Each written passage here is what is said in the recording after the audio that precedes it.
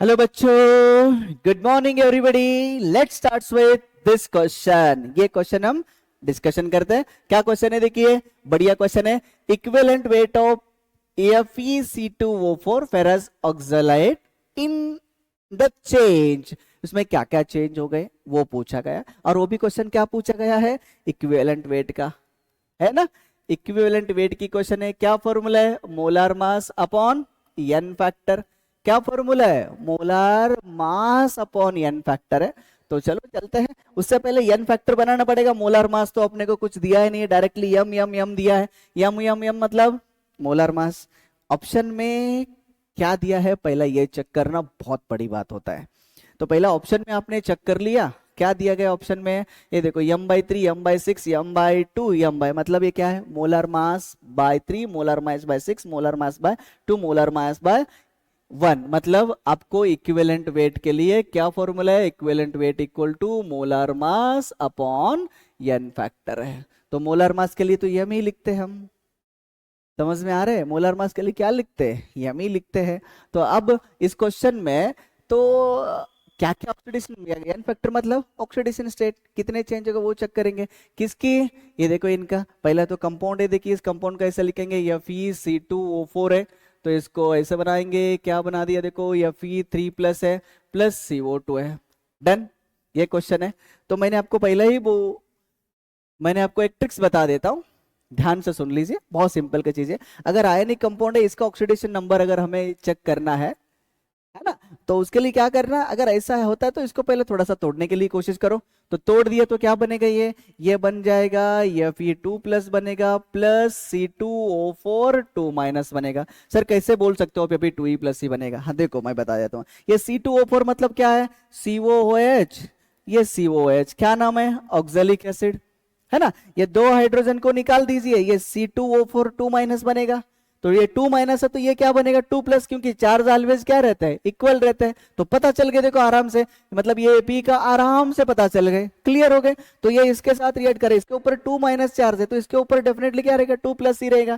तो क्योंकि 3+ तो बन ही नहीं सकते, क्योंकि इसके ऊपर 2- चार्ज है तो 2+ ही चार्ज होना चाहिए, क्योंकि ऑलवेज प्लस और माइनस चार्ज क्या होना चाहिए? कंपाउंड में इक्वल होता है। तो इसीलिए ऐसे बना के कोशिश करने के दूसरे का ऑक्सीडेशन नंबर बनाने के चक्कर में पड़ना ही नहीं। मतलब समय इतना बच जाता है आराम से, ठीक है ना। तो फिर अब बना दिया तो ये देखो, Fe2+ इसका चार्ज हो गया। अब इसका बनाएंगे चलिए। Fe2+ का तो Fe का तो 2+ बन गए। तो इधर देखिए, Fe2+ तो इधर 3+, मतलब कितने इलेक्ट्रॉन्स? देखिए इधर, यहाँ पर Fe2+ है तो Fe2+2 यहाँ पर क्या है? 3+ बन रहे। तो कितने इलेक्ट्रॉन्स? एक इलेक्ट्रॉन्स लूज हो रहे, है ना। अभी C2O4 की चेक करेंगे, C2O4 2-। तो ऑक्सीडेशन स्टेट को चेक करने के लिए पहले जिसका चेक करना है, कार्बन की चेक करना है, तो यहाँ पर X लिखेंगे। कितने X है? 2X है। और ऑक्सीजन का वैलेंसी क्या रहेगा? -2। और ये जो पहला वाला कंपाउंड के ऊपर -2 थे ना, वो इक्वल साइन की उस साइड, राइट साइड में लिखना। तो चलो मैंने लिखता हूं, देखो इसका एडिशन करते हैं। 2X प्लस ऑक्सीजन कितना है? 4, उसका वैलेंसी कितना है? -2 इक्वल टू ये -2। डन। फिर अगेन यहां पर 2X प्लस 4 प्लस, हाँ अभी देखो, +4 इंटू -2 -8, है ना। अब ये -2 इस साइड लेके आई है, +2 equal to 0। -8 +2 -6, 2x -6 equal to 0। -6 को उस साइड लेके जाइए, 2x इक्वल टू +6। फिर x equal to +6 upon 3, sorry upon 2। तो ये क्या बनेगा आंसर? ये आंसर बनेगा +3। That means x equal to +3। x equal to कितना बन गए? +3। मतलब यहां पर इसका जो ऑक्सीडेशन स्टेट है यहां पर +3 है, ठीक है। अभी यहां पर बातें करेंगे। देखिए यहां पर बात करेंगे, ये क्या रहेगा? देखो ध्यान से, यहां पर बातें करेंगे। यहां पर कितना है? CO2 कार्बन की, इधर कार्बन की चेक कर रहे हैं ना, इधर इधर Fe का चेक कर रहे थे, इधर कार्बन का चेक कर रहे थे। इधर कार्बन रिएक्टेंट साइड में 3 है तो इधर कितना रहेगा? 4। चेक करेंगे। देखिए देखो, ये इसका x है और इसका -2 है। x plus 2 into -2 equal to 0। Then x 2 into -2 -4 equal to 0। x equal to +4। Done. तो मतलब यहां पर कितना है उसका चार्ज? इसका चार्ज यहां पर है +4। मतलब कार्बन टोटल कितने हैं बच्चों, 2 कार्बन है।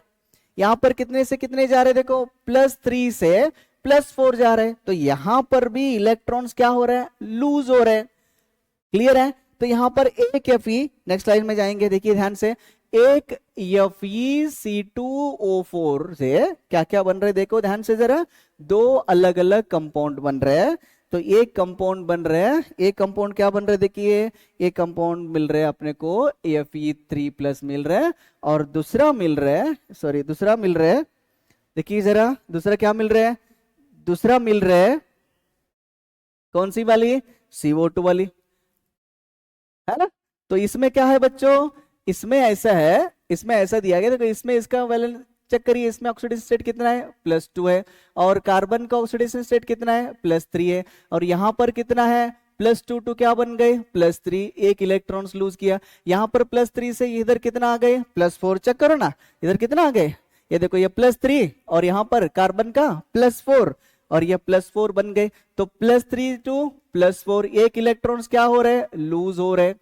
लेकिन ये कार्बन एक इलेक्ट्रॉन लूज कर रहे हैं, तो 2 कार्बन है, तो 2 कार्बन कैन लूज कितने इलेक्ट्रॉन्स है, 2 इलेक्ट्रॉन्स। ये टोटल कितने इलेक्ट्रॉन्स बन गए, 2 इलेक्ट्रॉन, और यहां पर भी लूज ही हो रहे हैं, यहां पर भी 1 इलेक्ट्रॉन्स क्या हो रहे हैं, लूज हो रहे हैं। टोटल लूज ऑफ इलेक्ट्रॉन्स कितने बन गए, देखो total loss of electrons, total loss of electrons कितने बन गए, 2 + 1 कितने बन गए, 3। तो इक्वल टू क्या बन गई, n फैक्टर, ये अपना n फैक्टर है, ये अपना क्या है, n फैक्टर है। तो फिर अपने को क्या पूछा गया है, अपने को पूछा गया है इक्विवेलेंट वेट। देखो क्या फॉर्मूला बनेगा, क्या पूछा गया है, इक्विवेलेंट वेट पूछा गया है। तो equivalent weight equal to molar mass upon n factor. Molar mass को m लिखेंगे, n फैक्टर कितना है, n फैक्टर है अपना 3, then equivalent weight equal to m/3, ये अपना आंसर है। Equivalent weight equal to m/3। तो चलो ऑप्शन में चेक करते हैं। तो चलिए ऑप्शन में है क्या, देखिए पहला ऑप्शन ही है, पहला ऑप्शन ही है m/3।